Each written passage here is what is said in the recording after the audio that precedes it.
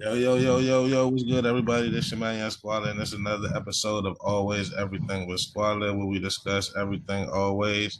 And today's topic is love and relationships. As you can see, I got a whole panel of guests with me today, and y'all can start by introducing yourself. Well, Ladies first. I'll go first. I'm Tiffany Chanel. I am based in Greenville, South Carolina. One thing I enjoy doing is figuring out how to help anyone who's interested figure out how to release the programs in their subconscious mind that doesn't serve them in order to replace it with better programs that get them where they want to go. So if anybody needs to get in contact with me, it's Tiffany Chanel Gmt at Facebook. Hi, I'm Sarah Cherono. I'm based in Kenya, Africa. I'm a journalist here. I like talking about these controversial topics, and I know this is going to be an interesting one.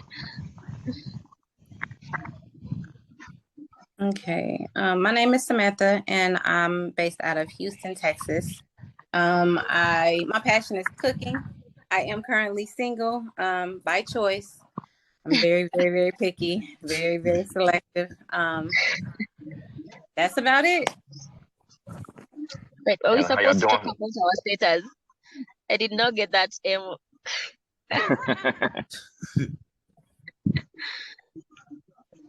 My name is Yahuchanon. I'm out of Columbia, South Carolina, by way of New York. Currently a student for marriage and family therapy. So in school to be a marriage and family therapist. And that's about it. You can get in touch with me. I'm starting a podcast, and you can hit me on IG or on Facebook at so-called Black in America. Yeah. Cool. So, I guess the best way we could do it is the same way that we introduced everybody is how we could answer the questions. All right, and I got the first question is, how would y'all define love? So you, I didn't know you was gonna start off hitting us over the head like that. gotta set the foundation. Okay. All right, so I would define love. My number one way to define love is forgiveness. And just to add a little bit more to that, I would say love is so freeing and it's so expansive and unlimited and without boundaries that the way I experience it best is just forgiveness and flowing. So that's what I think love is. I would define love as love has to be kind and love has to feel like home. If it no longer feels like home, it's no longer love. And you don't have to stay where you don't feel like it's love anymore. So yeah. I think so. Yeah. So for me, love would be more of an action.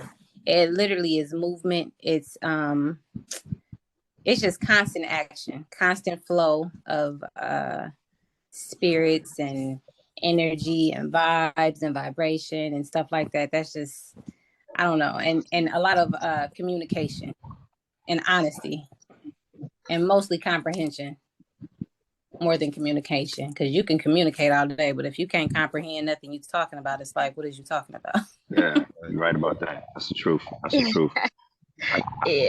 think personally, and I don't know if you're asking individually what love means to us, but in my opinion, I think love is different for everybody. Love, it's not just going to be the same. You're not going to get just one answer that resonates with everybody. Love is going to be something different for everybody. I will say that I think love is a choice. You have to choose to either love or be in love, and I think the first thing is you have to know how to love yourself, because if you can't love yourself, then how are you going to know what love is to love somebody else? So I think it's just different for everybody, but you'll know when you do love somebody. You'll know. It'll just be that feeling, you'll know. So I think love is I think it's an emotion that we honestly can't really control as far as like who we feel that towards. Like when you fall in love with a person, you don't. I mean, I guess you're volunteering, like you volunteering your feelings, emotions, but you're opening up to that, and it's just happening. So I feel like love is more of an entity and a spiritual type of thing. That's how I look at it. So the next question is, do you believe in love at first sight?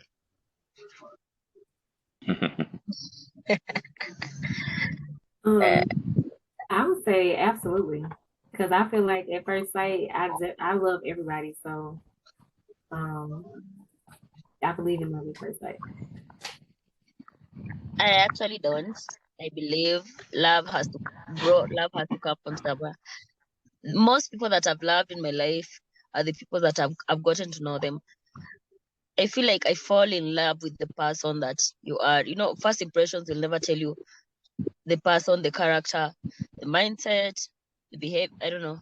I feel like, okay, I can like you at first sight, but that is just me liking the way you look or the way you dress or something about you, but it's not going to be the real you.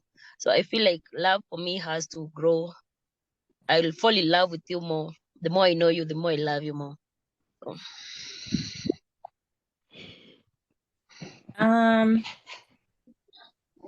So for me, I've never had love at first sight. Now I've been infatuated, like in my shallow young years, and seeing somebody and be like, oh my gosh. Like Denzel Washington, I feel like that's love at first sight, that type of stuff. But like actually genuinely loving somebody, like other than no. I just think it's for me, my own opinion, it's a shallow infatuation stage that you go through, and it's what initially gets my attention, but I could never say I loved anybody at first sight other than like Denzel. I'm in love with him and 50 Cent. You know, I gotta agree with her. Not about the Denzel and 50 Cent thing, though, but about the infatuation. I think it's more of an infatuation or in love with the idea of being in love. You know what I mean? In love with being in, with the idea of being in love. But I mean, I think there's more. I think love has more layers than just at first sight. I think you could really be into somebody, but you don't know that person, so it's all surface. So how can you truly love somebody and what the true definition of love is if you don't know a thing about them? You know, you don't know whether they brush their teeth in the morning. You don't know whether they, you don't know if they fart all through the night. You know what I mean? You don't know if they got body odor. You don't know anything about them, but you just seen them on first sight. You know, hey, shorty, what's going on? How you doing? Or excuse me, miss, blah, blah, blah. I'm in love with you. I don't believe in that. I think it's a fairy tale. You know, not knocking what anybody else believes. You know, if anybody out there believes that, I can't rock with it. I can't. Yeah. I believe it's possible. I don't believe like it'll happen all the time. Like, and I believe it's a rare occurrence, but I do believe it's possible for the simple fact that I know people like they've been close since like children, and they get married and all that. So I say it's possible. Would you still classify that as love at first sight, or right? that's like, I was just about to ask the same thing. Yeah. Now, love at first sight probably would be like the TV show, how they have like marriage on the spot, at first sight. Like they literally walk up to the altar, and that's when they see each other. They just both have made a commitment that they ready to marry somebody, and they're like, yeah, we just gonna go ahead and do this. You know what I'm saying? But like if you grow up with somebody, that's different because you got years invested of history, you know each other, and y'all, you know, your families are intertwined, and I mean, you know this person. Now, as an adult, if you see somebody and just be like, "Oh, we in Vegas, what's up?" Right. Yeah, you know, Yeah, I agree. Even we heard these stories, the old timers, I knew from the first moment I met her, I was gonna marry her, Yeah, and they that's what still I'm and saying. they still Oh, married. okay. I don't even think that's love at first sight. You Yeah, might have it took been them like five infatuated with years that to get person, married. but you still had to build. You had to build that. You Yeah. Mhm. made that choice regardless to what was going on. You made that choice to make it happen. But I don't think you could actually say you love that person. You might have knew, yo, I'm gonna marry this one. Sure, you might have knew, but you had to make that choice to make it work. But to love her at first, I don't think so. You know, so I think that explains that. I knew from the moment I met her, I was gonna marry her.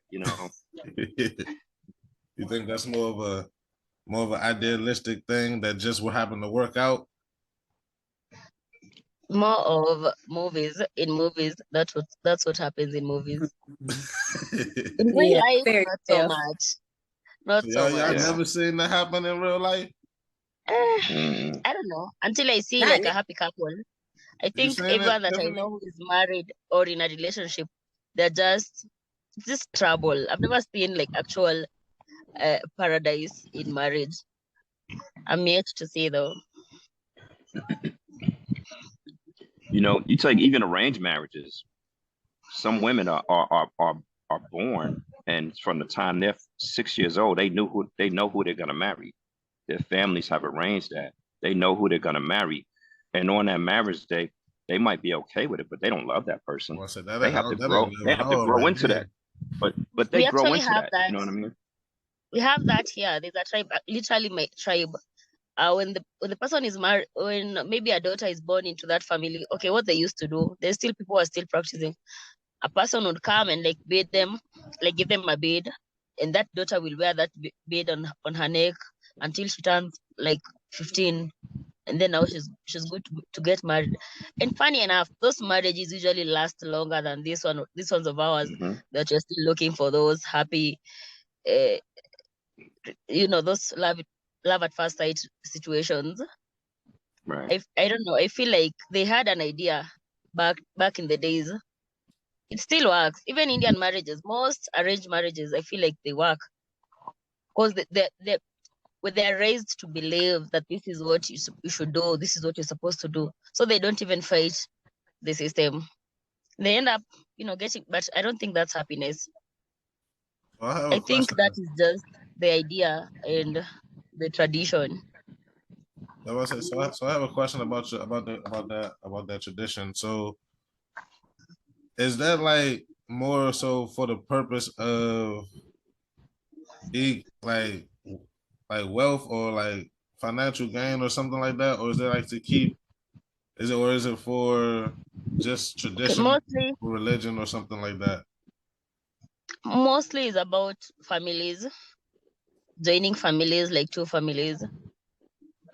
Yeah, mostly is about joining two families, maybe those prominent families that they want to keep it in their families, or paying a debt.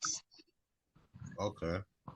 Yeah. But in the same token, and correct me if I'm wrong, other countries and other cultures, they hold marriage a whole lot more serious than we do here in the States. They hold marriage Yeah. in places like Kenya, and I've been to Kenya before, I've been to Mombasa and everything. And so places in other countries, divorce, it's not, no, that's something that they don't do. It's like, I mean, very It's not. rarely. And then if you do, yeah, and if you do get divorced, you're looked at like, what? You know what I mean? I It's know. like, Really? Yeah. go live over there. Go live over there. You can't Mhm. live over here. So they hold That's true. marriage. There's a whole lot more esteem held in marriage. And not only that, but you don't just marry that person. You marry Right. that family. The You marry family. that family. Yeah, you're not just married. See, we look at it as we just marrying the person.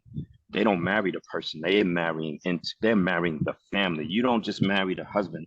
You marry his Yeah. mother, you marry his father, and vice versa. Everyone. So marriage is a totally different thing than we have grown to know marriage here. So that bring me to my next question. Do y'all think marriage is necessary to establish love? Like, do you have to get married to say that you love this person and be with this person? Well, I'll wait. I was gone.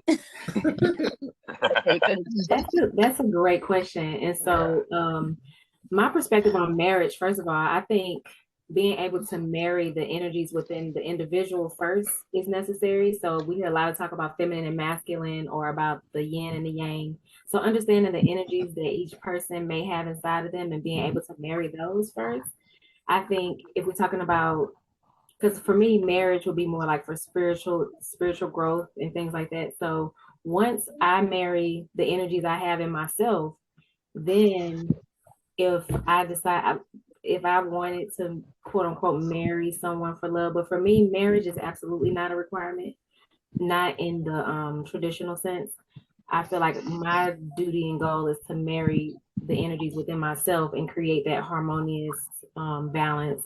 So for me, marriage is not a requirement for love. I think you can love without that. And then for clarificational purposes, and when I say marriage, I mean marriage in the traditional sense. Like you have to go to the church, have the people marry you, go through the paperwork, the whole nine. So you say, is that required for love? Yeah. So yeah, my answer for me personally, no. At this current space in my life, I would say no, because I think it could be done without that. Right. I don't think it is necessary, but okay, I'm going to bring my culture into this conversation like every single time. For us, marriage is not about wearing a white gown and going down the aisle.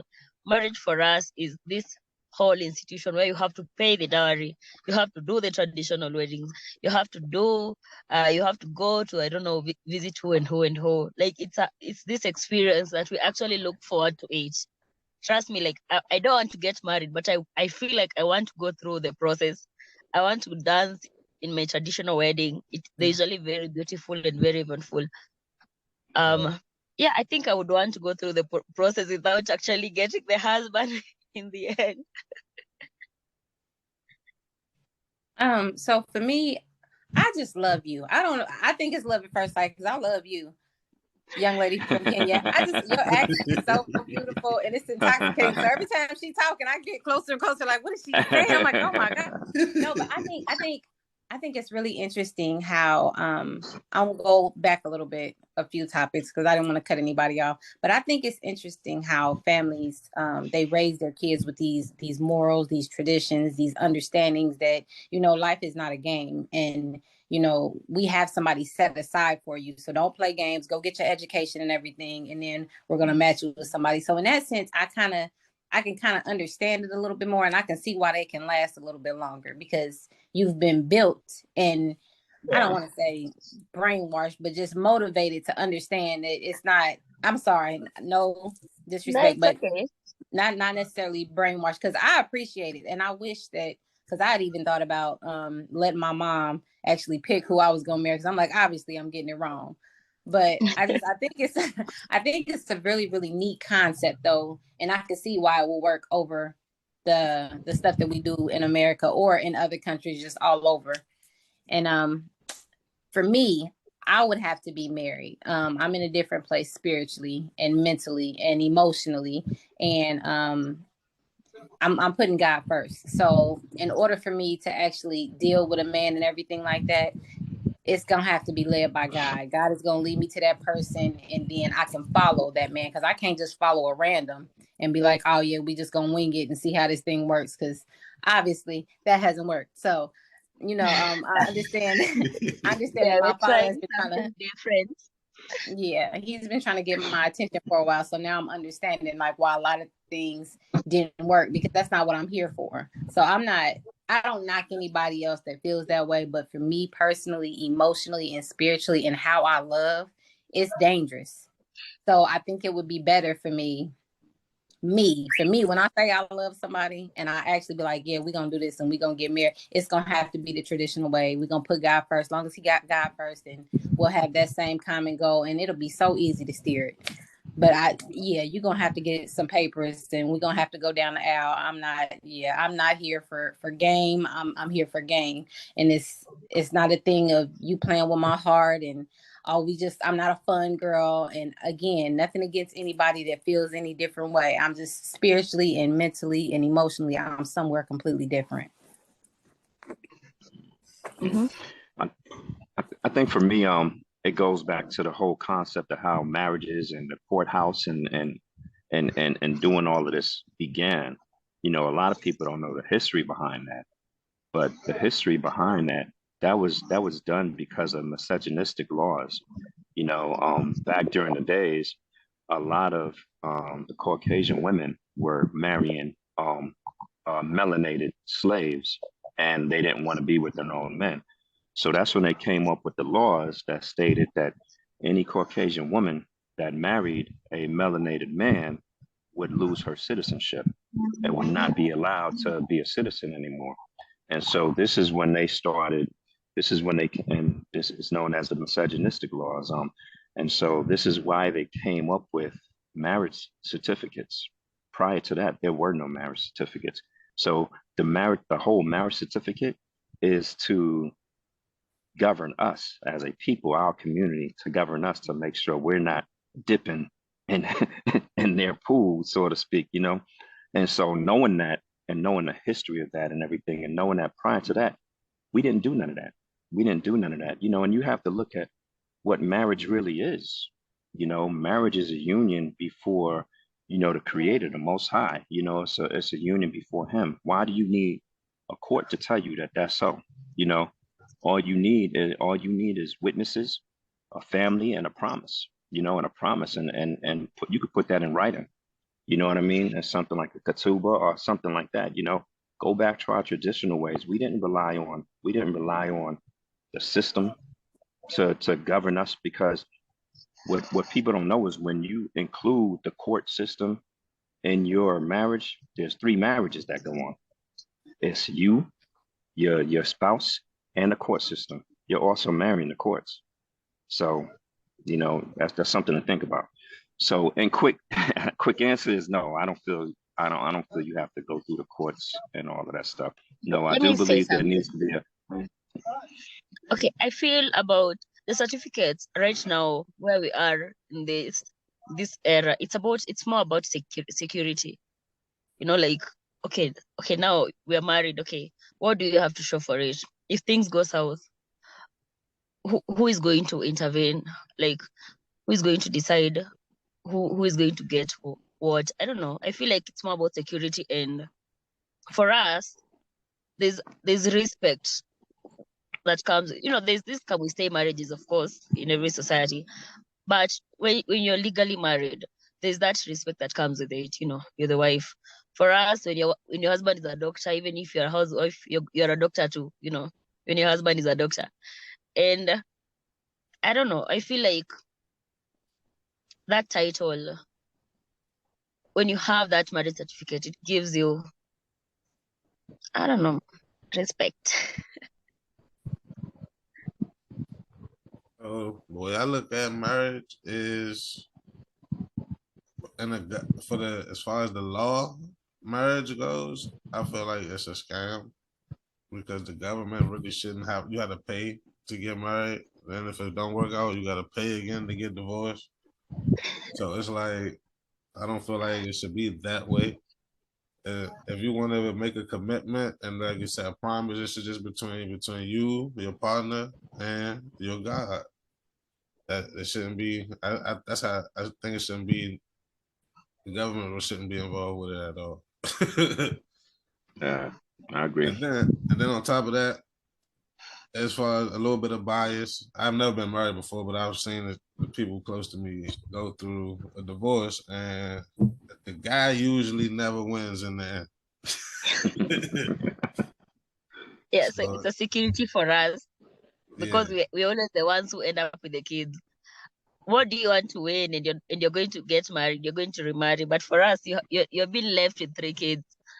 You have to win something, you know.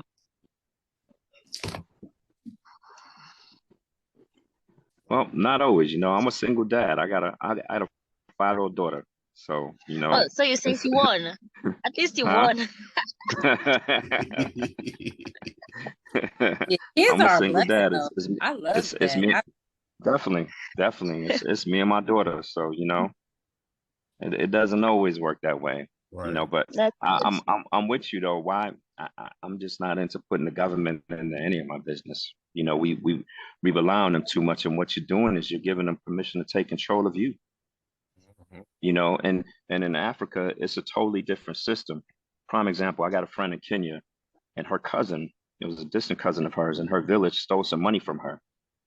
And I was like, well, why don't you talk to her, whatever. So she talked to her. She didn't want to give the money back or anything like that, and all of that and stuff. And then she was like, oh, well, go through the family. And she was like, no, I'm gonna go through the elders of her village. Yeah. You know what I mean? So that's the police. I was like, well, what happens when you go to the police? No, the police ain't gonna do nothing. The police just gonna go to the elders of the village, or the police gonna say, why don't you spank her? You know what I mean? So they don't get involved. Like, the only thing the police do over there is take the, you know, when you driving, they gonna stop you and they want their little change and keep going, you know, and that's it. But everything's handled through the village elders, you know. So they have, you know, even if there was a problem in a marriage, the village elders are gonna get involved, you know. So they have that. We don't have that type of covering anymore. We don't have that in our culture, in our society anymore. You know, I say we just all pack up and move back home. every time I interact with people, especially from USA, I feel like our cultures are totally different. Like, we might be the same people. Okay, we look the same, but our cultures are so different. Our family handles everything. So sometimes that is very true. You can go to the police, but the police will take you back to your chief and your elders, because everyone knows everyone, especially in these villages. You go to the police. The police knows your grandfather. The police calls your grandfather. Hey, can you handle this about your family? Like, that's dope. Yeah. Yeah, you cannot deal with this. Like, this is a family issue, and they say that's the family. Yeah, but the best thing about the elders, they're usually very fair. So we have a system. That's cool. It is, though. It's a different culture, and it's because, you know, this isn't our this. It's not where we are. It's not where we belong. You know what I mean? So we're living under a society that's not ours. Yeah. You know what I mean? So that's why it's totally different. When you talk about you pack your bags and you go back home, that one is not acceptable. Especially for men, you cannot go back home. Your mother will disown you. You'll be shaming your mother. Like, you have to suffer in town. Just go and suffer. You can call her and tell her to help you, but don't come back home. You know, as ladies, you can go back home. I'm talking about go back home to Africa. Yeah, you should come back home, though. Yeah, that's what I'm talking about. You're suffering there. That's what I'm talking about. Go back home to there. Where you at? Right. Yeah. Can I say something? I was gonna say it would be pure chaos. I would hate to say that, but if right now the government was just like, you know what, because we don't govern ourselves, only because of, and it's a long history of the way that the United States has done. And I don't want to be like, oh, we're victims of this, that, and the other. I mean, but it is what it is. But like right now, if the government was just like, you know, I'm just going to step back and let everybody just take care of their own situations. Everybody govern their own little situations in certain areas, in certain regions. I mean, they would be okay. Because I know, like, there's a certain part in Detroit where the Black Panther Party and a large group of African-American men all got together and they said that we don't no longer need any cops or anybody like that in our area. You know, we can be responsible for ourselves. And they literally walk the streets. I'm not sure if they still have that organization. They're still doing that. But when women kept coming up missing, children kept coming up missing and everything like that, they said that they didn't want any police officers inside of their community unless they were going to partner with them and help them investigate and get most of the answers that they wanted. And you could see them walking women home. Like, if they seen women out late at night, they would literally patrol the streets. And they're like, where you going, sister? Do you need a ride or anything? I'm like, that's women, you know, they're like, no, we're okay. And they're like, okay, well, we just gonna patrol you until you get home to make sure you get home okay and stuff like that. But if they did that right now, like, we don't have that same governing though. So if we still had all of those morals and we were built like that, it would be way different. Because here, the court system completely, it will sabotage an entire family. an entire Definitely. family. I'm gonna say, you look at the media, you see examples of like what happened with Dr. Dre and his divorce. And aside from Kanye West is outbursts, his marriage is, you know what I'm saying? They stop him from seeing his kids and all of that. Nah, she just got awarded some money, didn't she? I think she getting like they just made a settlement $225,000 a now. month or something like that. Yeah, they made a settlement now, but at first they wasn't allowing him to see his kids or nothing. That's crazy. The amount of money that she getting a month, you could raise a whole football team on that. And that's what I'm saying by men not winning in the end. Because she just as rich as Kanye West is in the beginning. They both have their own money. In about 2 years should be. Yeah, for real.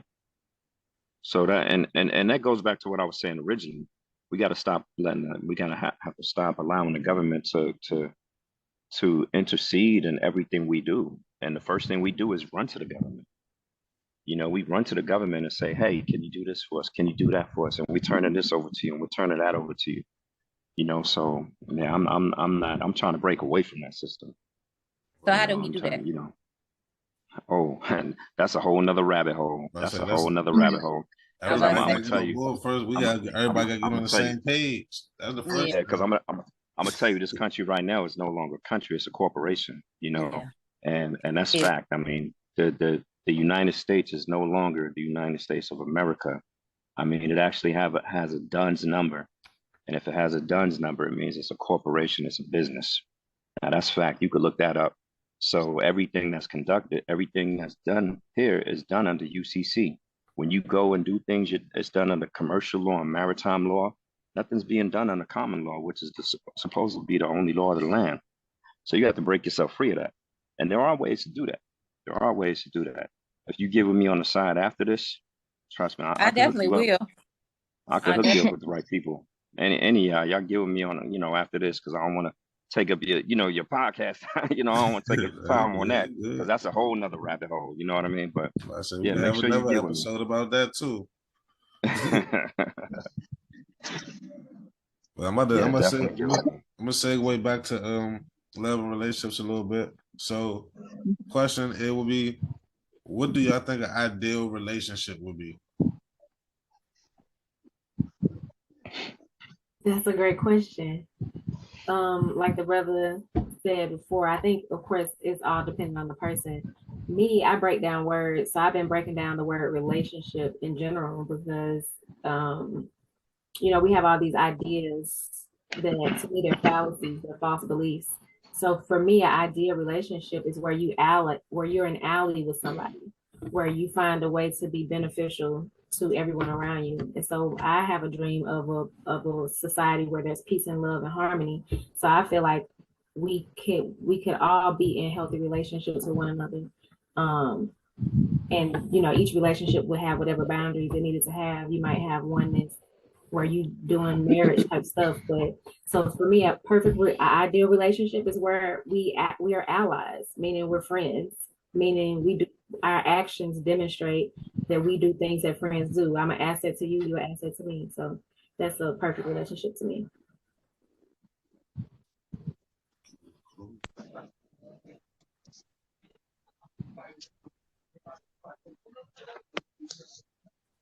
That's on you, sir.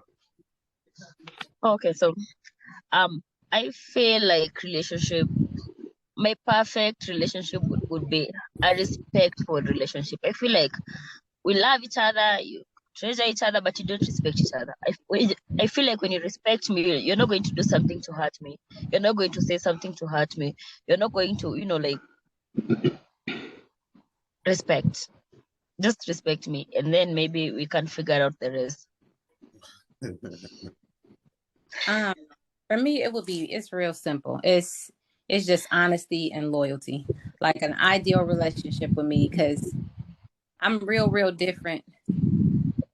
So a lot of things it's ego for me and pride. Like if you come and tell me something and I don't have to hear about it from somebody else, then it's a major level of respect. Even if you do something horrible, like if I'm in a relationship with somebody and they get caught up out talking to one of their exes and somebody see them and they immediately be like, you know what, I know this ain't really nothing major, you know, me, you just having a conversation because we both sitting here at the same amount of time or whatever, but I want to make sure that I respect home. So, you know what I'm saying? He hurry up, and before he even get home, be like, hey, I want you to know right now, I know eyeballs be everywhere. You know, I love you. It's solid. I'm up here chatting it up with such and such. Even FaceTime, I mean, it don't have to go to that extreme, because when I love somebody and we on that level, I respect you enough that I'm not going to give you that much of me if you don't really deserve that much of me. Like, it's a natural thing. But a lot of it is just honesty.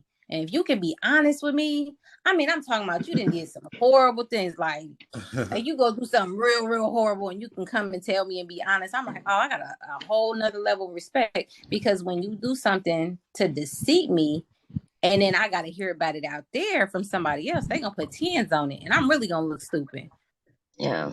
So you didn't just disgrace my whole name. So everything that we have built is just going to crumble. So perfectly for me, it would have to be idealistically somebody that can comprehend and understand that God is first again. And we just stay in that love triangle. I want that to be the only love triangle we in, between me, my whoever I'm with, and then God. And as long as it bounces like that, I feel like everything should be perfectly fine.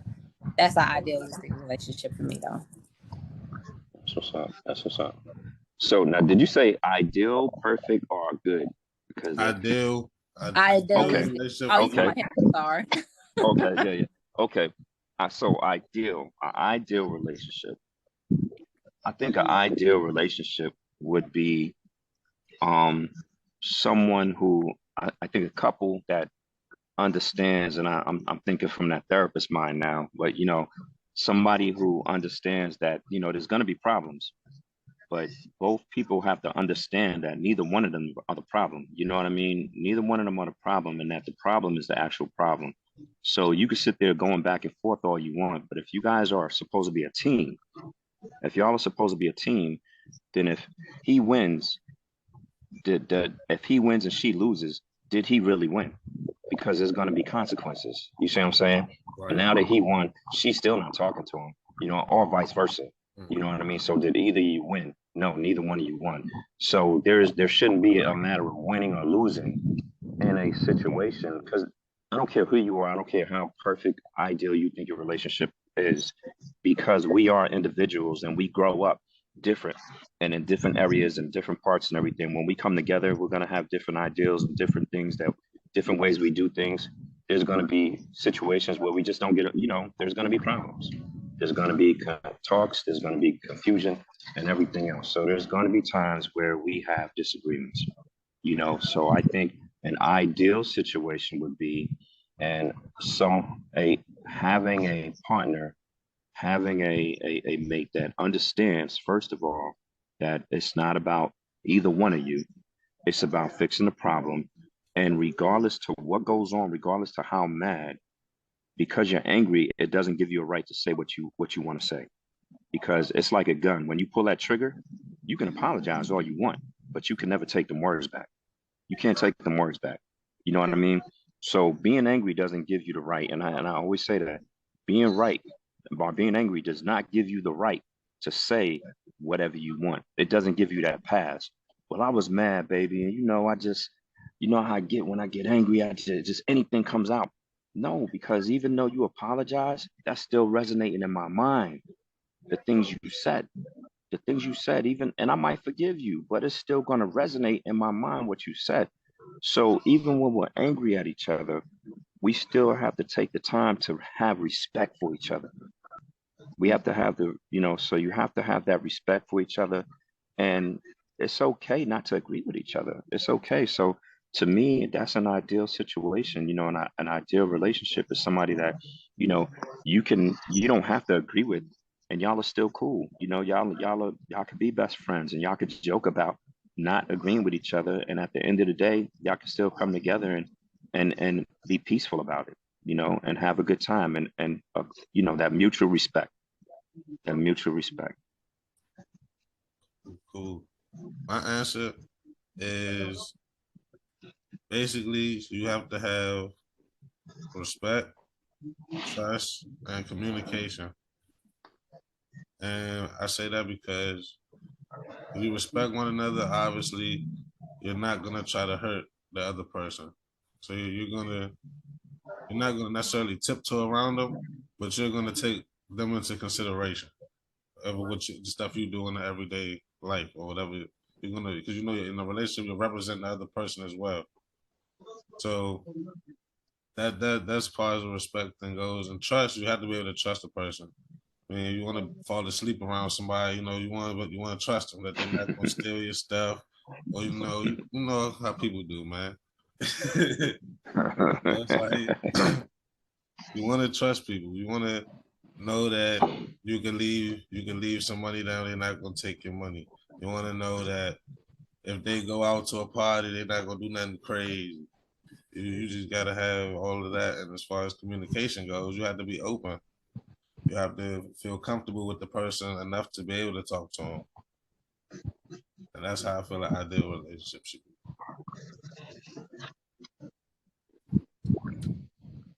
True. So the next question would be for the ladies, how can a man win you? And for the fellas, how can a woman win a man?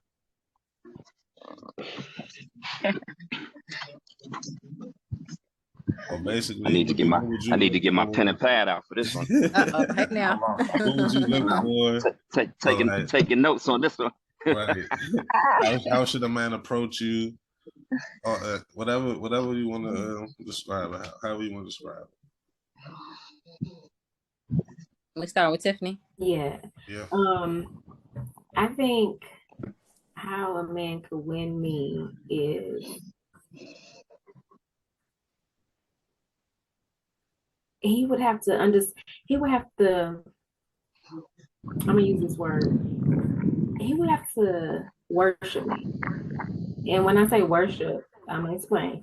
I mean, he would have to understand my position of worth and value, and he would have to demonstrate that through his actions. So he would have to know my worth. And in the only way for me, I think the only way he would have to know my worth is he would have to know his own worth. So a man could win me over by knowing his worth, therefore being able to know my worth, and then being able to demonstrate that through his actions. So, whatever that looks like when you know somebody's worthy and then you act according to their level of worth. So that's my answer. I guess it's me. I'm still thinking. I think, how can a man know me though? The problem with growing up and being at a certain age, I feel like you've experienced so much that I don't know what can like surprise you, but I usually like yeah, I usually feel like I usually like a person who gets me. Like, you have to get me. You have to know the things I like. You have to know who I am, the person that I am. At some extent, I usually feel like okay. I'm trying to think about this like deeply. And I feel like you have to like the person before you love them. So for me, you have to like me. You have to know me. You have to really know me. Like, I'm not a very complicated person, but I'm a very particular person. So you have to know me. You have to know what my work means to me because I travel a lot. You have to be okay with that. You don't have to be that person who calls me after every 2 minutes. I'm too busy for that. I don't know. Can we circle back? Come back to me. Let me think about it. I will come back to you. I'm invested too. I'm like, what's she gonna say? She gonna say something good. I'm still trying to think about this. No worries. So for somebody to win me over at this stage where I am, you would have to just invest in me. And I'm not talking about financially. I'm talking about invest time. So you would have to like really, really take time out to listen to me and like not only listen, but comprehend everything that I'm saying and what I'm going through. Because some of the things that I'm going through right now, it would be great if I had like a strong partner or a man in my life or somebody that could take some of this stress off. So it's somebody that would have to be able to make me laugh, help me redirect some of this energy, because I got a lot of crazy energy going on. And sometimes when I'm mad, pull me back in, like, hey, so we about to go eat. So just pop up, things like that. Somebody's going to invest a lot of just time, and it doesn't mind being patient, but at the same time understands what we're going through. So to win me over, it don't even have to be spending no money. I want simple things. I want real simple, non-materialistic things. I want you to be able to sit and tell me everything that I love, everything that I hate. I want you to be able to, like, oh no, she ain't gonna order that because she don't like that. I want you to be able to, like, if we go out to eat, be like, oh, she's allergic to that, so I know we can't go to this restaurant because they always serve that, this, that, and the other, whatever. I just want you to really invest in me and just know, what type of personality I have, and understand that you can't bring certain type of vibrations around me because I know her vibe. You know what I'm saying? So I got to protect her energy. I want somebody that's going to be able to protect me and understand that I can be vulnerable, whatever. So I don't know, you have to come back to me too, because I thought I had it in me. You did good. You did. I think you explained it pretty good. I think you explained it pretty good. Yeah. I don't plan on doing anything to compromise my beliefs or whatever when it comes to, I don't know, I don't want to go too deep, but I'm real different. I'm real different. Deep. Come on, let's hear it. Let's hear it. Go for it. Let's hear it. So get into it. I stopped any type of physical relations. I did it for 7 years because I just felt like there was a lot of things that we was losing. And because it was like there was a big misunderstanding, I don't want to throw this curveball in here and further make me not look at red flags because now I'm wooed by this or anything like that. So I'm back on that journey now. So I'm trying to think of how, I ain't gonna put my business out there. I don't know how long, but it's it ain't been 7 years, but it's been a nice little stretch. But I'm not tripping off of it one way or another. But I can't give myself to somebody, like, so I can't even give myself to somebody in the sense of holding hands. So like, that's how bad it is with me right now. And it's not that I'm funny acting. I'm just really protective over my happy energy right now. So to win me over, you're gonna have to do something. Like, you would have to do some major things, like know that I'm out here working on my yard, and you just pull up like, oh, so we working on this half of the yard today? Like, oh, that's what we doing? Oh, okay. And I don't mind doing the same. Nothing wrong with that though. That's normal. But you can't find that. Where are they at? Like, you can't find that. Everybody looking for like the quick $40 females, or like if they get a female with some substance, they don't really know what to do with her. Oh, she too high maintenance, or she want too much, or you know what I'm saying? Or we bougie. And usually we don't even be bougie. We just actually got some substance, and they just don't know how to carry it. So I don't know. For me, you can't even hold my hand, baby. Like, ain't nobody holding my hand. You can barely call me, honestly. Like, if you call me after 6, it's a dub. Like, what are you calling me after 6 for? You don't need to know where I live. And again, it's not about spending money. So if I met somebody and he wanted to get to know me, it would be a real simple thing. I'm like, oh, let me go to church with you. Or like, what can we do? Like, oh, let's go for some walks. Let's do some picnics or whatever. Because I really want to get to know you. And then we can explore different avenues. But I don't know. I'm real guarded right now. So I respect that though. That's respectful, to be honest with you. Yeah. So is it my turn or? Yes, sir. Yeah. So I'm difficult, and I mean that in the aspect of I got a lot of situations going on to where it's not easy to be in a just a relationship. And the reason being, I'm older, and I have a 5-year-old daughter. A lot of women in my age bracket don't want to start over. They ain't trying to raise no toddler. So that's an aspect of, and that's something that I have to deal with. So I find myself having to date younger women,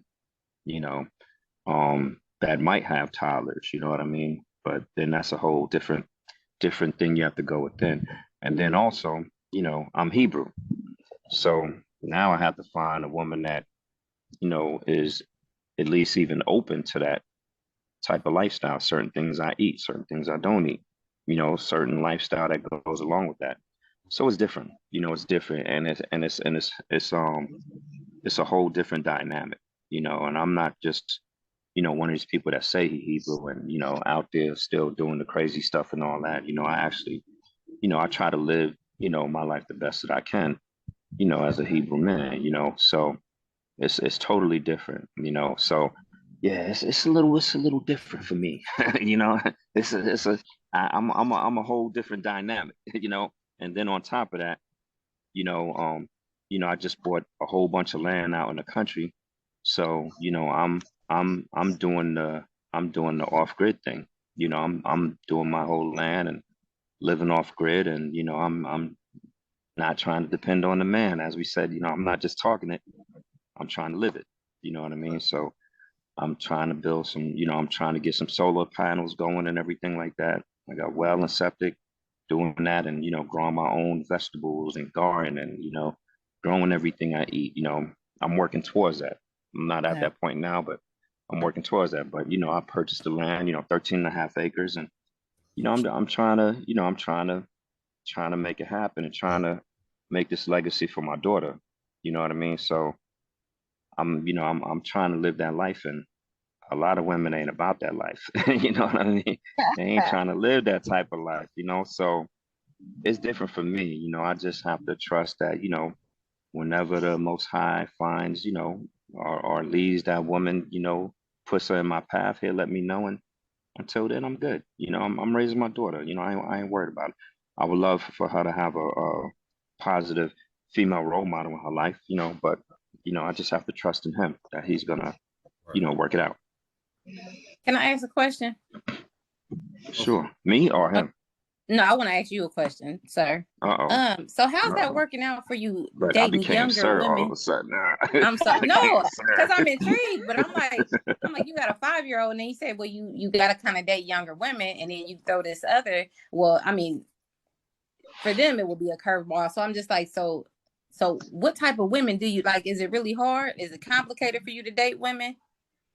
Because with your lifestyle and everything, because I think it's really dope. You know what I'm saying? But I'm just saying, like, I know it will probably be like a major obstacle, especially with younger women. Yeah, and I don't mean like women in their 20s. That's just way too young. No, I know. For me, Yeah, no, yeah. I'm gathering. Yeah. Yeah. No, I don't have a problem. Younger women for you is women in their 30s.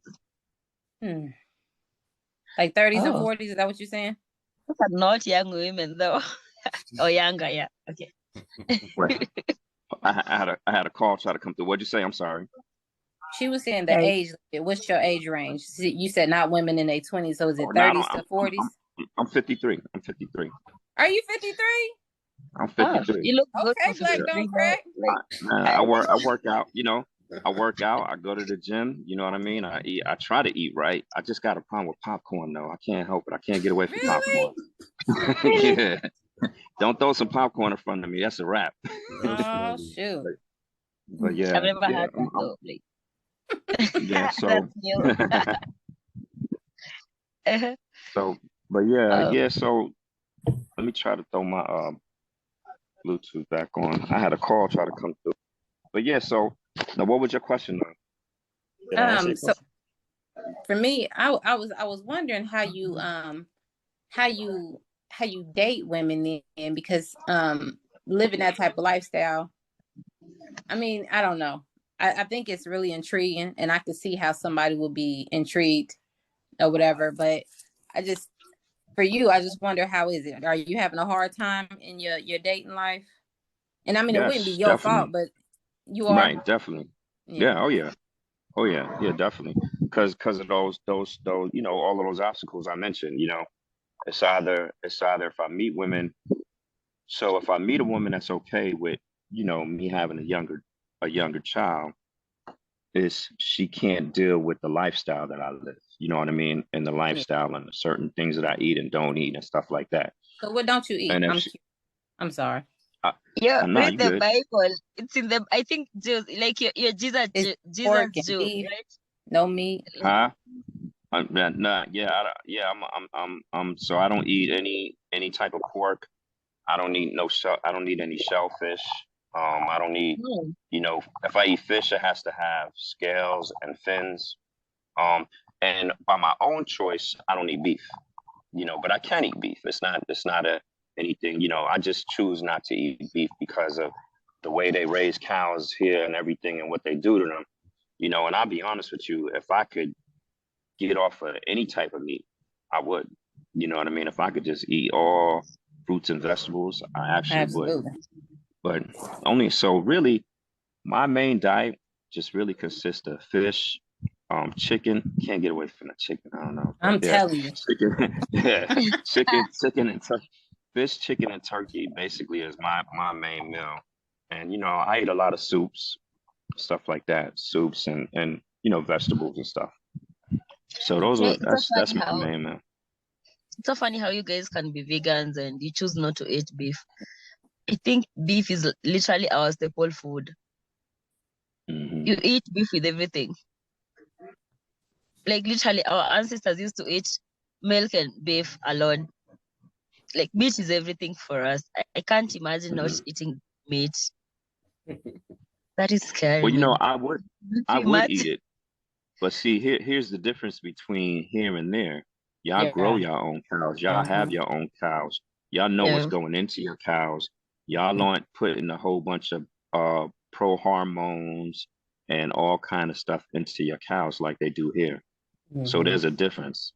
See, cows that be full grown only be like 6 months old here because they put a whole bunch of pro hormones in them so they could hurry up and grow and they could ship them, slaughter them and get them out to market. So there's a difference. There's a huge difference. Sure, if I grew my own cows and I knew what they were eating and I don't have a problem with eating beef. I don't have a problem with eating beef at all. You got enough land, you can get you some now. Yes, I can. But I got to build up to that. I got to build because I'm originally from New York, so whole country. Yeah, this whole country boy thing is new for me. It's new for me. I mean, I was in the military and I learned how to survive. Trust me, I could survive. But the whole farming and gardening and everything. I did a garden this year. It was pretty good. I harvested a lot of fruits and vegetables and everything, and I was impressed with myself. I did good. I was bragging, calling my friend, hey, guess what I did? Look at my tomatoes. I was taking pictures. Yeah, especially being from New York. Actually, I was like a little kid. You should have just saw me. You're an African mother and you don't have a small farm outside your house. You're not a woman enough. Like you have to have your own tomato and veggies and cabbages outside your compound. Like I got cabbage now growing. I got my cabbages. I got cabbage, collard greens. What I have some bok choy. I have all my winter stuff is still growing right now. Yeah, I'm on it. Let me tell you. You're doing good. I got a couple more questions. So I ain't trying to interrupt you, what I'm saying, but I'm sorry. Now y'all good, you good. So like describe a situation where y'all have fallen in love before. Wait, can you repeat the question, please? Describe a situation where you have fallen in love before. Glad I'm last. Go ahead, Tiffany. Okay, so a situation where I have I'd like to say risen in love or something like that. But anyway, so a situation was where what part do you want to describe? I'm just asking. Yeah, describe how you fell in love. Describe leading up to it, how your feelings about it, and how you fell in love. Okay, so I'm a lover anyway. Like love is my natural nature. So, because for me, the opposite of love is hate. So I don't hate people. When I learn how not to do that. So actually being in love, quote unquote, I say that happens through time, like through a continuous flow of exchange of energy. So if I continuously direct my focus or energy to something more than I'm directing it to anything else, then because that's where my focus is at, I can be in love with that. So I think, and then in order for me to continuously direct my focus to something, it's something that I'm learning from. I'm a learner. So somebody's helping me explore a different part of myself. Someone's helping me uncover a part of myself that I didn't know was there. So I think the ability to learn from someone in order for me to grow, and then me continuously directing my energy towards that person, that is how I become more in love with something, because I love anyway. But yeah. So how do you know you're in love? Because because I'm directing a lot of my focus to this person, and because it's the energetic feeling, like I probably feel it in my heart space. It feels really good, and it's a reciprocity of feeling nourished. So I could be directing a lot of energy to someone, but I may not be being as nourished as I am in another situation. So it feels like my heart space feels open and expanding. It feels like I'm excited. It feels like I'm curious. And so all of these feelings lead me to being in love. That's that. Cool. Okay. I think I'm going to explain mine with a story. Go for it. The one time that I actually felt that connection that I can actually call love. I remember I met this guy through a cousin of mine. So me and my cousin had gone to see her boyfriend in some camp. We have a lot of those tourist camps in Kenya. And he had come with a friend, and automatically I had to, like, they were coupling, and then we had to couple ourselves. And I actually met someone who is me, like the male version of me. This person was the warmest, the sweetest, the funniest, like, who would laugh for like hours, and would just get lost into each other's space and energy. I don't know. That was one of the moments that I actually felt like if there's love, if there's that young love at this age of ours right now, I feel like we've experienced so much that nothing is new. But at that moment, I felt like this is what people should feel, And I feel like it was so new and so young and so innocent. Okay, not innocent. There's nothing innocent about that, but it was really good. And I feel like you said it was nothing innocent about that. Yeah, I don't even want to ask no questions. Yeah, don't ask. But Oh man. but it was one of those moments that I usually look back to. Okay, of course, everyone went their way after the vacation was over, but I felt like that was really something. I felt something that I haven't felt in a long time. So I feel like at the end of the day, the moment that you feel like, wait, what was the question again? I think I got lost. Look, that's how we know she was in love, because she can't even remember, because she started reminiscing and she started thinking about that. She was like, what was the question? Yeah, it was really good. Like, you meet someone who gets you. Like, this person doesn't even know you, but they get you, So in that situation, in that situation, how did you know that you were in love? How did you know? I felt it. It might not have been love, like love, but it was something. It was something that I would want to feel again, Okay. Amidst this hard life that you're going through right now, trust me, if you make a connection, even if it is for a second, and you find us in that moment, it is worth it. Yeah. So for me, it would be I don't know. This is gonna sound real crazy. So I thought I had been in love before, and then I had my daughter. And once I had her, I was like, oh no, I don't think I've ever loved anybody. And then Right. I'm so serious. And then I lost my sister in 2019. And then me and my mom took over taking care of all her kids. She had 8 kids. And at the time, her youngest baby was 2. He's 6 now. And when I say, I was like, oh yeah, I don't think I've ever loved anybody. And I remember like when I like really, really thought about it, I called everybody I ever told I love and was like, yeah, you know what? I'm sorry. It was a lie. I'm Wow. taking it back. Yeah, I No, don't you couldn't leave think that I've ever alone. You just loved had to call anybody. them back and let them know. Yeah, I don't think I've ever loved like That was even so in mean, this though. moment. This sounds horrible, but I'm saying I'm being so honest with you. So even in this moment, the dad came back in the kid's life of the youngest baby, because that was a different dad, but the other dad, me and him, that's my brother.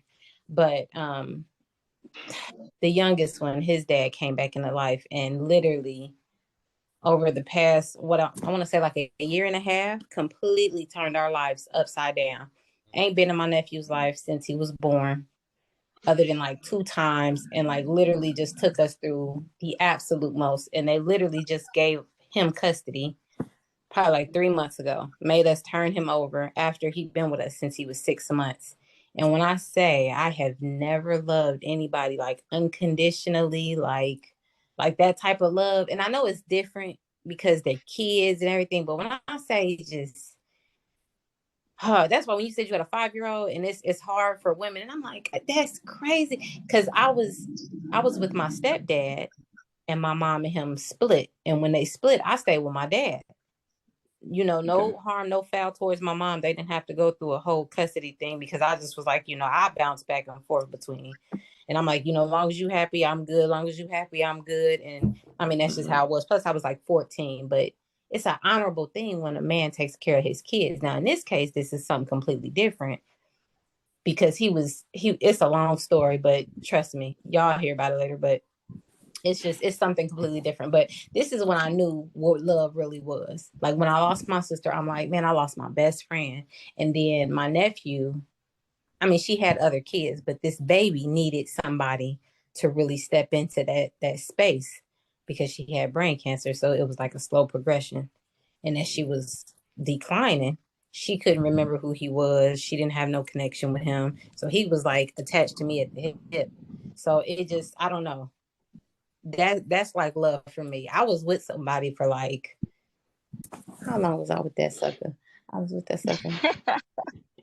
And I say sucker freely. I mean, it's better than saying what I used to say. So, and I don't mean no harm, but Say what you want to say. that jive turkey. No, I'm just playing. I was with him for. I'm not going to put the years on it, because as soon as I say how many years, anybody see this, they can be like, oh, that's messed up. But literally found out he was going to propose. And I thought about spending the rest of my life with this man, and was like, oh, no, this ain't it. And it's so stupid, because it's like, why was you with him for this long? But as soon as I got the notion, they're like, oh, yeah, he going to propose to you How at long was you Christmas. with him? How long was you with him? Come on, just Too tell long. us. Too long. What's too long? What's too long? 10 years. Longer. Oh, damn. Wait, longer Wow. than 10 years. Yeah, I was with 15 him. years? I mean, This is a I marriage. met him in 02, and we were friends from 02 to 03, and then we started a relationship. And it just, I don't know, it was just on again, off again, on again, off again. Even when we wasn't together, that was my friend, that was my homie, everything. Like if he needed me, I didn't care if he was with somebody. It was just, whatever you need, I got you, And then a comment was made when I was going through the transition with my sister. And I was like, he could not have ever loved me. I knew for a fact I never loved him once my nephew came into the picture and once my sister passed. But the comment he made, I'm like, I can't even entertain none of it anymore. Because he made a comment to somebody, and it got back to me like, I really love Samantha. She a really good female. She's so solid. She always been there for me. But I don't know how to deal with her mom, and them kids. And I said, excuse me? He said them kids. I said, is he referring to them kids that lost their mom? I said, is that who he's talking about when he's talking about them kids? When he says my mom, is he talking about my mom that lost my daughter? That lost her daughter? I was like, oh, is that who you talking? And they were like, yeah, but I don't think he meant it like that. I'm like, say less. And I promise I probably had maybe 4 conversations with him after that and nothing else ever again. But like, Wow. but like love for me, like it's a strong thing. Like my nephew being, I haven't talked to him since he left. I'm going through an appeal. I got a whole nother set. That's why I'm like, for somebody to come in my life, you would have to really invest time. Like real quick, I had my dishwasher decided it was just gonna run. And I'm in Texas, and finally I can turn my air off. I don't really have to worry about turning my air on. So I'm like, it's a nice little break from that TXU bill, the energy bill, whatever like that. So, and it's just running. So I call my friend thinking that he gonna be able to fix it. And he like, yeah, FaceTime me. So I FaceTime him. He trying to show me, don't touch this. That's metal. Don't touch that. You get electrocuted. Da, da, da. So then my mom was here and she was like, how far is he? And he kind of laughed and he was like, oh, I'm far. I said, give me a minute. I said, let me get off the phone with you so I can call somebody out here to really fix this, because this is crazy to me. I'm like, because it's wired wrong, because it's connected to my refrigerator and it's connected to all the lights in my kitchen. So I hit the circuit breaker and just turned it off because it's not no use of it running, and it's not running properly. And like, I got a house full of kids and it was easy brownie points. Just come fix, you do everything. You know how to do all this type stuff. So for me, that was a cutoff. I was like, yeah, I don't even know why you even having conversations still. So, I don't know. Just for me, it's we get a lot of farm work done. Yeah. I got about an acre. I got an acre. Yeah. That's so I know all about that. That's why I'm like, what do dating look like? Like that's crazy. Yeah. So y'all can I'm showing you what the question was, describe a first time where you fell in love. Oh man, I don't know what there is to say, man. I just, I could refer to my, I don't know, man, younger times or older times. I was in the military, so I retired from the military, and I know during my military years, I had these times where I thought I was in love, and I went through a lot of hurt. So I shut myself off. It's like, you watch these vampire movies and they say they could just turn it off. Right. I turned that joint off. And when I say I turned it off, I mean I turned it off for real, for real. It was off. It was off for a long time. And I probably met a lot of nice women that I probably wouldn't be in the lonely situation I'm in now, but it was off. There was nothing coming back from that. It was off. And then I realized, once I was out of the military and everything, okay, maybe it's time now, to, pursue things and everything. And just, I could probably say I've probably been like real love, maybe twice, maybe 2 or 3 times in my life. That's it, man. And, I think how I knew, it's that feeling your stomach tells you. You know what I mean? Right. You get that little funny feeling in your stomach when you getting ready to talk to that person. You always want to be on the phone with that person. You always want to talk to that person. You don't get tired. You don't get really tired of that person. It's like you want to go to the store, but you want that person to come with you. It's like, yo, you want to roll with me to the store? Nah. Oh, for real? For real? You don't want to go? Nah. I mean, it's that funny feeling you get, man. That funny feeling you get. You don't get tired of them. You don't get tired of them, and because trust me, I get tired of somebody real quick, man. I really do. I get tired of them real quick. So yeah. I mean, I don't even know how to describe. I don't know how to describe the time I was in love, man. First time I was in high school, and I was young and dumb. You know what I mean? Yeah. And yeah, I don't, yeah. I say for me, I don't think I have ever been in love per se.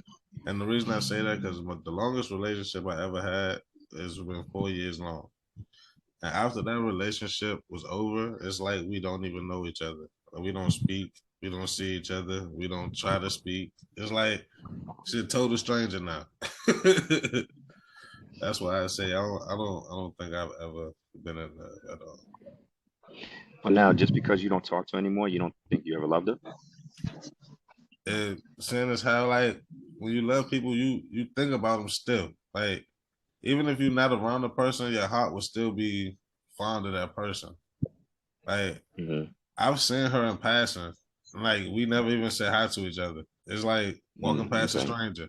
It's like right, I got you. I feel like when you're in love, it doesn't end. Even if right, you're not I got dating you. anymore, it doesn't end. You like I have my exes where we ended things mutually. And we still talk. Okay, it doesn't have to be like as frequently as it was, but you're not enemies. You know, when it's love does not turn to hate. If it turns to hate, it was not love. Yeah, you're right. You're right. Because the high school girl I was talking about, I was 16, and we still friends to this day. We still keep in touch. We still, you know. I mean, yeah. So yeah, you're right. Yeah. And I only got 2 more questions, and the next question is basically based on what Samantha was talking about as far as family love versus how you would love a lover. And it's like, so it's not really a question. It's more of a like I'm going to throw something out there and like we could collaborate on it.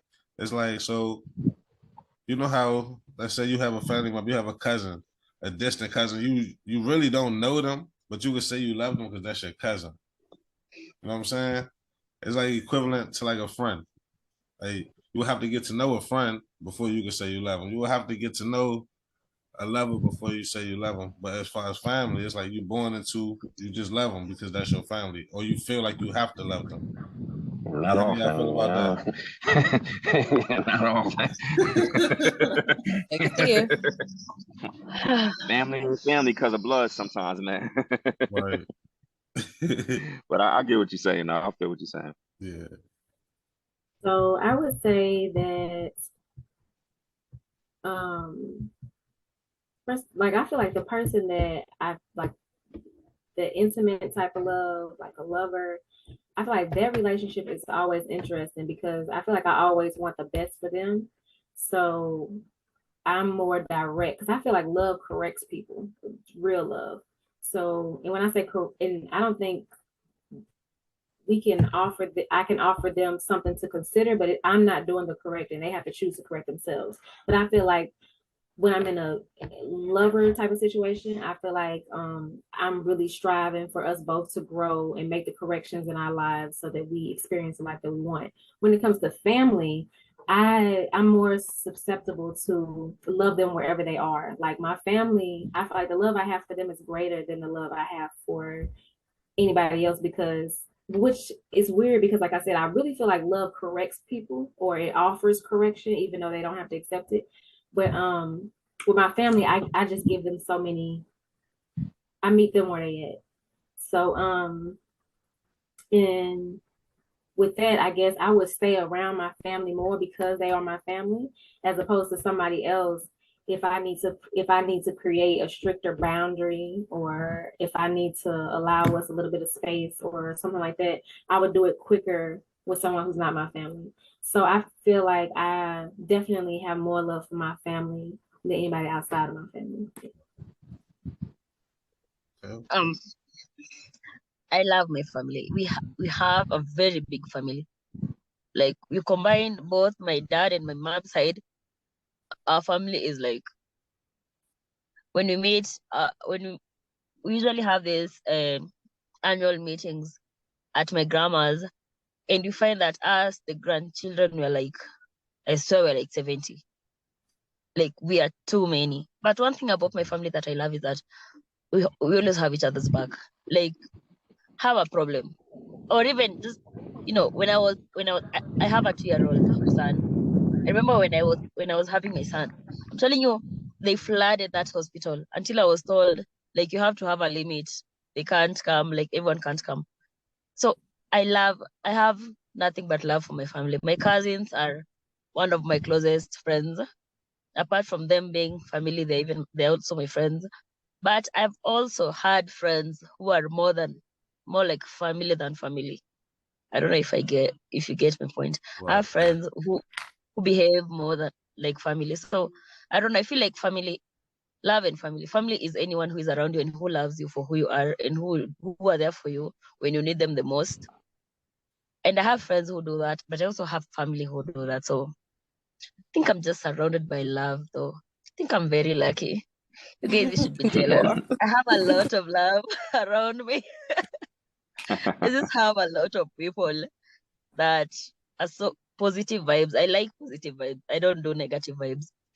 So I have a lot of that from both friends and family, and I actually think I'm very blessed. So thank you for reminding me how blessed I am. Man, that's what's up. That's what's up. I love her. So I don't know. I already told y'all my situation. So but no, and I agree with one of the young ladies. She said she just kind of meets her family where they are. But so with me being the baby, I have 5 sisters. And my 5 sisters, I'm the baby of all of them. So they chin check me any given moment. Like correction is like necessary. I got a sister that I talk to. So my sister that passed, I talk to her every single day. At least 4 times a day we talked. Every single freaking day. Like when she would get her kids up in the morning, she would call me to make sure I was up when we was an hour difference. So she'd be calling me like, hey, you need to make sure you get up so you can get your baby out the door too. So, and we would always talk all the time. But I'm real big on family. Really, really big on family. But I just recently found out that my dad is not my dad. The man that raised me was not my father. So my stepfather, the one that raised me, did a great job. I mean, there were some things he could have done differently now that I know what I know, but nonetheless, so I've got a brother from my actual blood father, and he thought he was the only child. And then once I did a DNA test and found out, like, hey, you ain't by yourself, it's me and you, baby. You know what I'm saying? And I'm like, so you got a sister? And he's like real receptive at first. And then once he realized he had to share that platform, I don't know if he felt threatened because I got a whole lot of personality. This is a whole lot. So I'm not like just a real simple, quiet, and me and him are completely night and day. Right. So, I mean, I love him because he's my brother, and I've showed him love and opened up to him as much as I possibly can. But like my cousins is so weird. Did not grow up with them at all. Met them when I was 38, 37. 36, 37. And like all of them, like the moment we found out, they like, so don't spend no days without calling me. Like it's on and popping now. So make sure you call me every single day.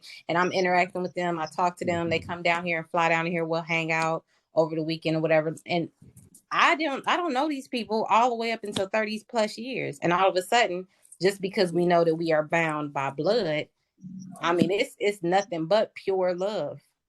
And I'm telling you, I'm real protected. I think because I've been through so much, I'm so protective. And I've only had like 3 best friends, like 3 real solid ones. And it's only one still kind of lingering on right now.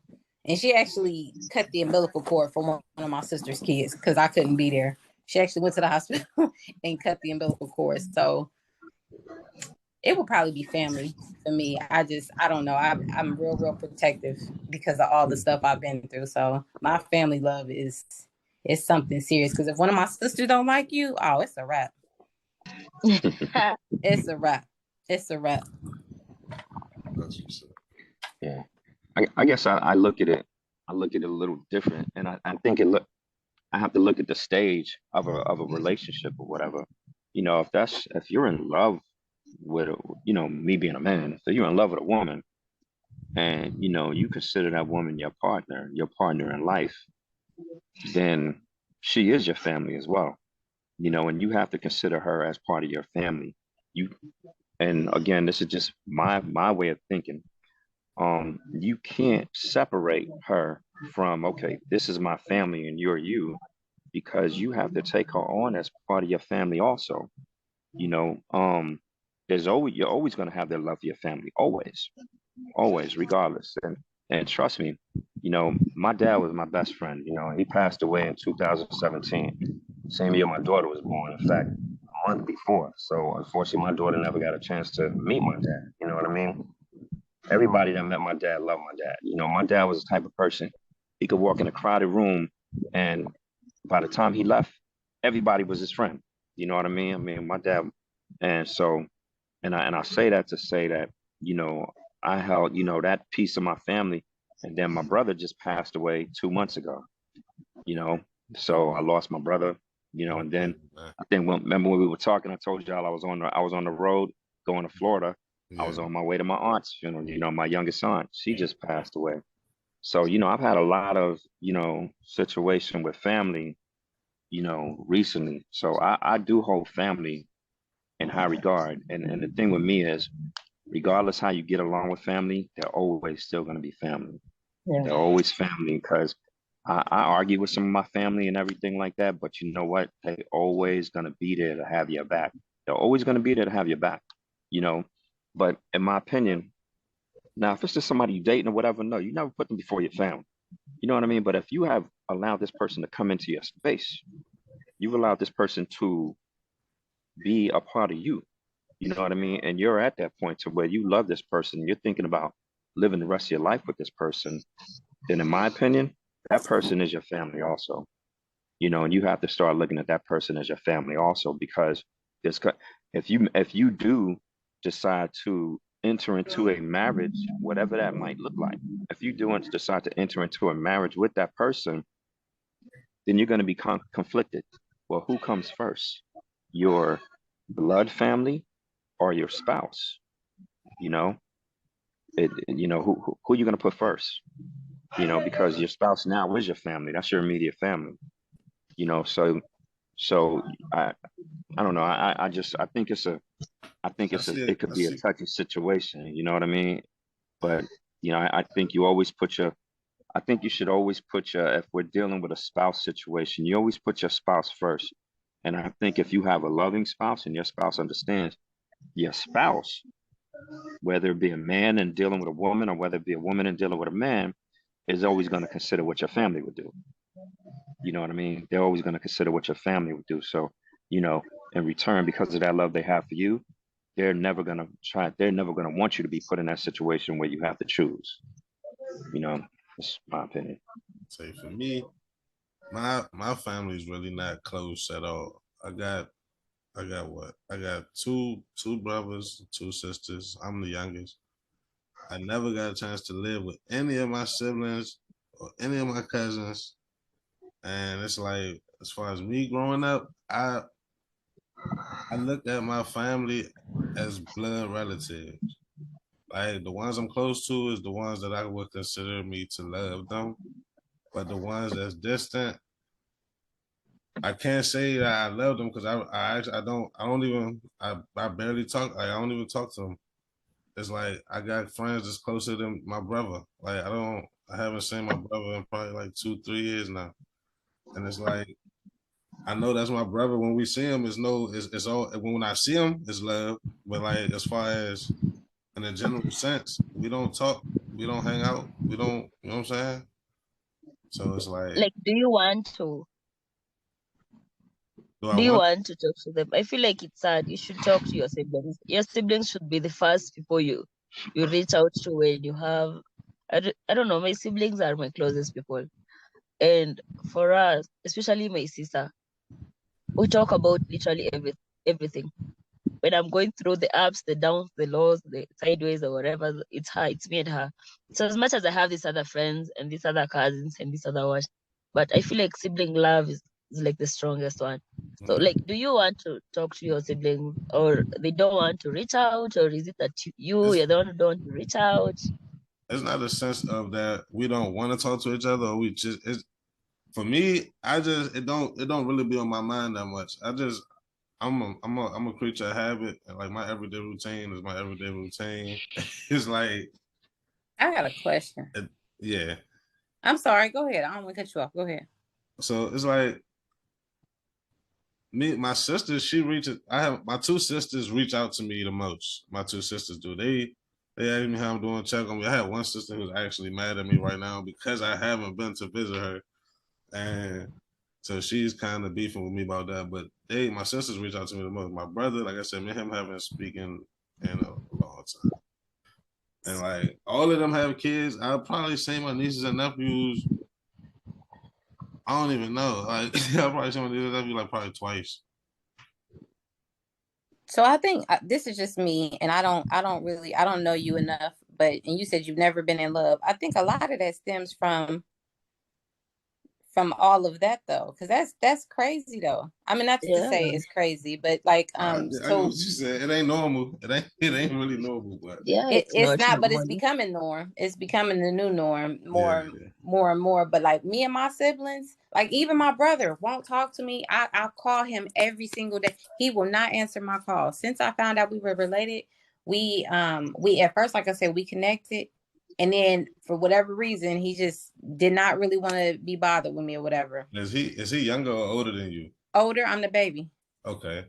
So I'm talking about we was in like, I ain't gonna say inseparable, but we were constantly on the phone, like be on the phone for hours at a time when we first found out. And like I'm constantly texting him. He asking me questions and advice about cooking stuff and asking me what I'm doing and telling me to be safe. And I mean, just kind of like a big brother. I never had no real brother. I don't know. It's crazy, but it's when you don't have that love like that, that's crazy. So who raised you? Your mom? Yeah, my mom and my grandmother. Okay, so did they had different dads? Nah, all my siblings all had the same father. And we all have different mothers. And that's why. Did you grow up in the same house? Was it in the same house? Nah, I would say that's why we didn't grow up together, because everybody lived with their mother. Everybody. And that's horrible. Yeah, my dad. And I do have I think I have a brother that I never met before, and he might be the oldest from what I understand. And it's like I don't even hear about them. Like I didn't know my older sister. I didn't meet her until probably 6 or 7 years ago. Like I knew she existed. I knew I had an older sister, but I never met her until I was probably like. I have step siblings too, but I reach out, like we talk. I don't know. I feel like I can't stay without talking not talking to my siblings. You should really try to reach out. So, but there's a different dynamic there. So, because you don't talk to any of your brothers, right? You only talk to your sisters. You only communicate with your sisters. And then I did. One of my brothers passed away. He got bit by a poisonous fish at the beach. And that's crazy. Yeah, that's a whole nother story. You live at, man? Right. Where was he at? You at Australia? No, he was in Baltimore. He was in Baltimore on Eastern Shore Beach. What kind of poisonous fish? That's the Chesapeake Bay. That's the Chesapeake Bay. That's the Chesapeake Bay water. So what was it? A man of war? Huh? Was it a man of war fish? No, see, they never. That's the reason he passed away, because they never could find the fish. That nobody knew what bit him, so they didn't know what type of steps to take to. Are you sure it was a fish or a snake? Yeah, it was something in the water. So do you have any kids? No, I don't. Can I ask you something? I want to ask you something, but I don't want to offend. I know how. Ask whatever you want to ask. Okay. Have you ever gone through therapy at all? Nah. Are you opposed to it? No, I'm not opposed to it. I just never did it. Yeah, you should, man. You definitely should. Yeah, absolutely. You definitely should. Yeah. I think it'll help you out a lot. Therapy. It'll really help you out, man. Yeah. It's like, I don't think we do therapy. We should though, because we are people that have been through some of the most. I don't know anyone who has ever been to therapy. But the only therapy that I know is physical therapy.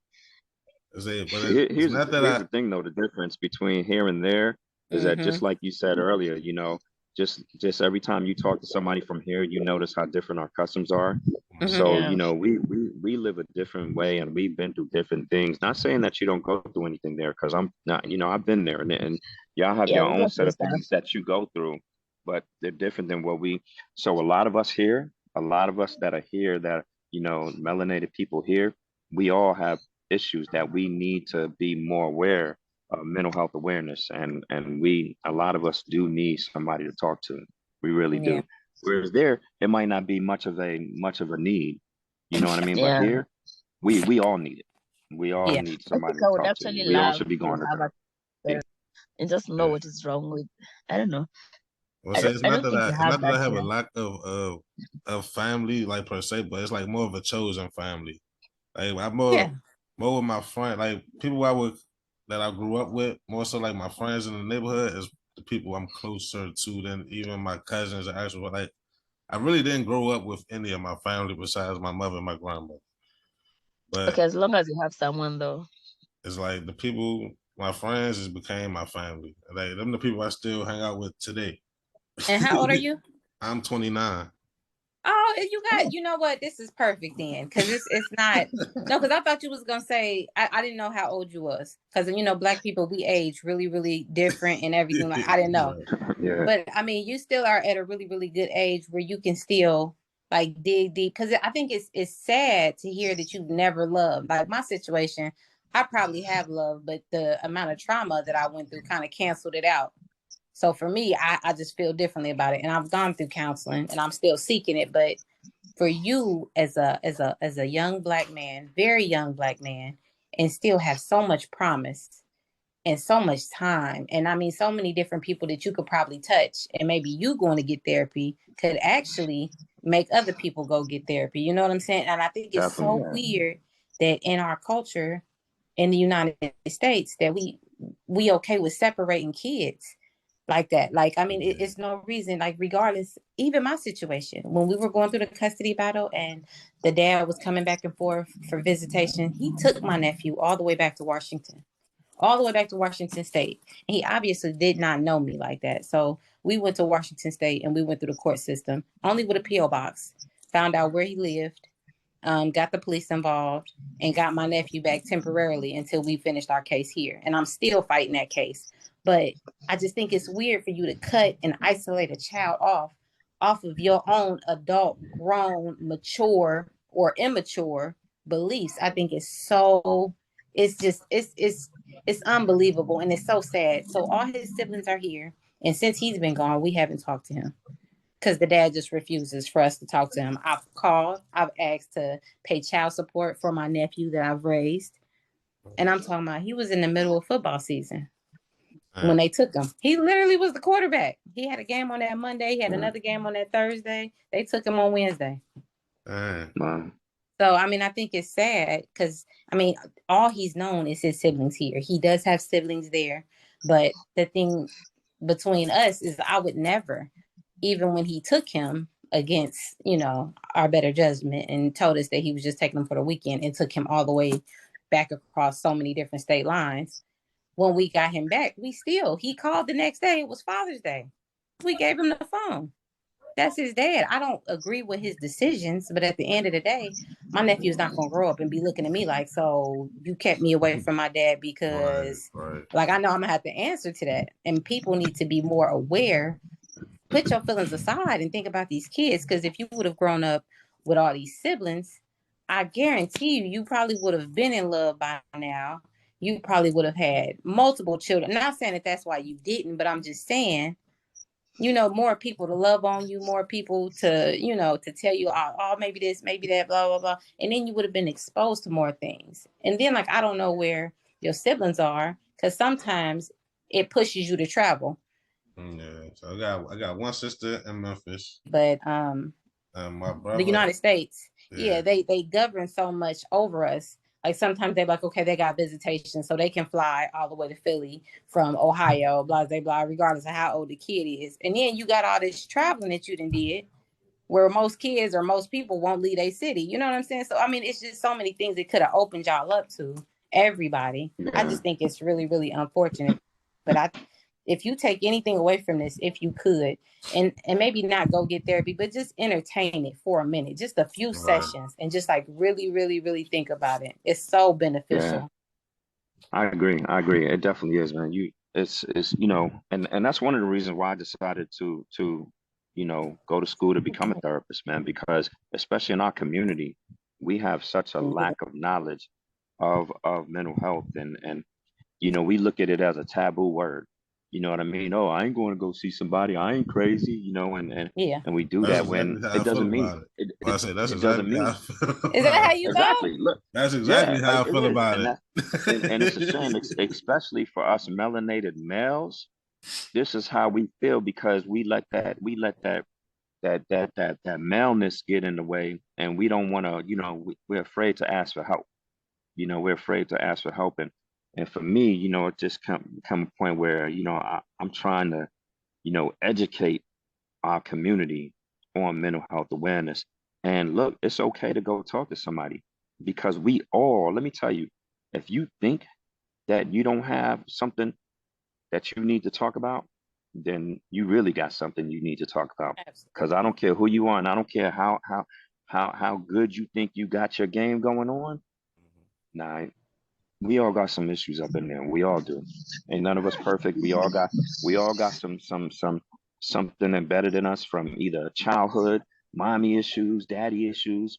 You know, we got something in there. We got something in there that causes what's going on. And listen, I'm telling you, bro, go you be surprised after a couple of sessions, and you don't have to commit yourself. Like she said, you don't have to commit yourself to it, man.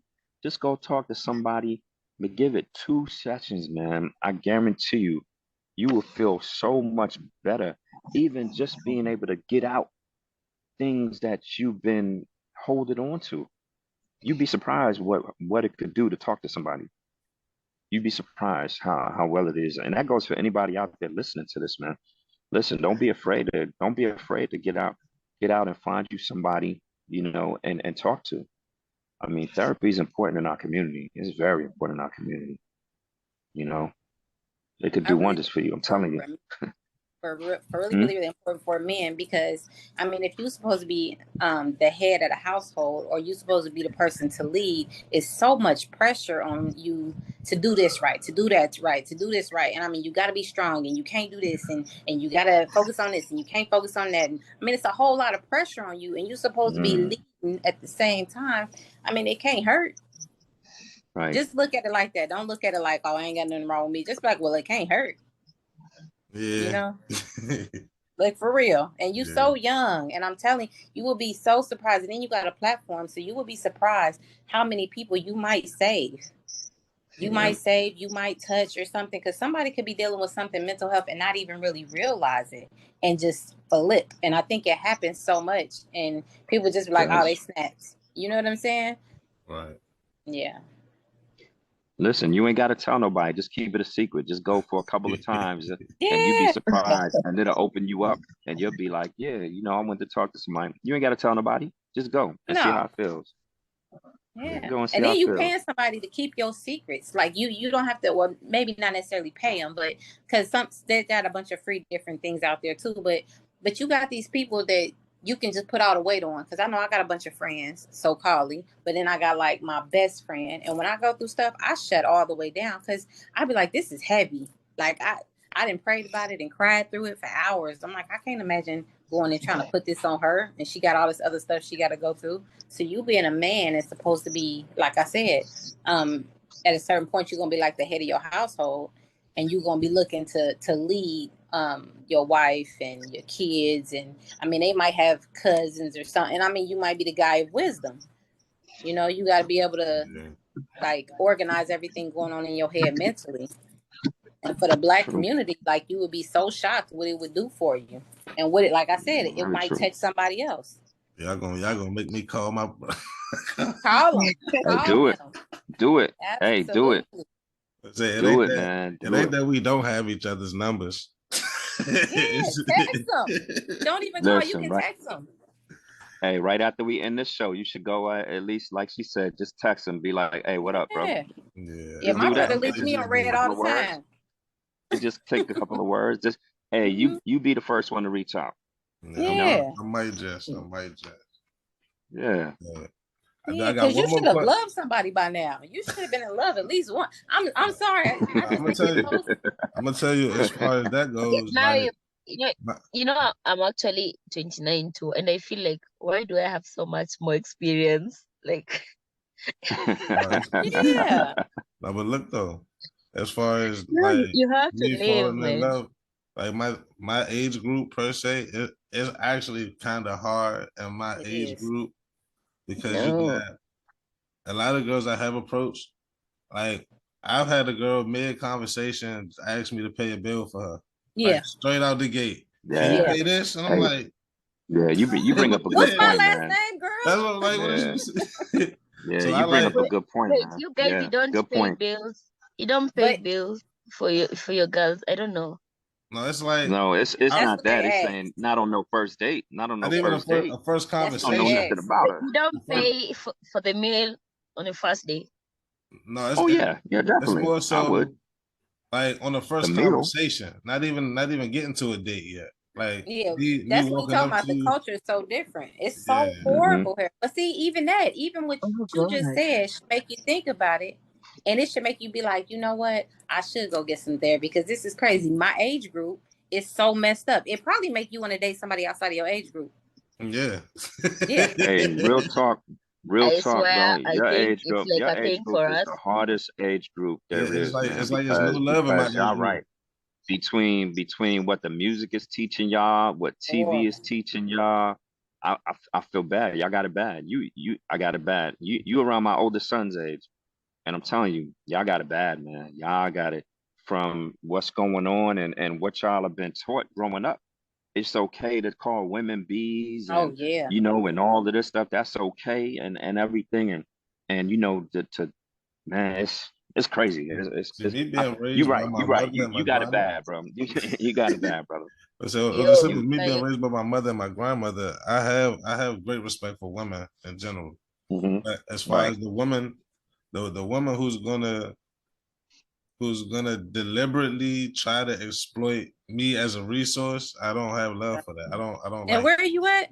I'm in DC. Well, I'm in Maryland, but I'm right like 15 minutes away from DC. Oh, okay.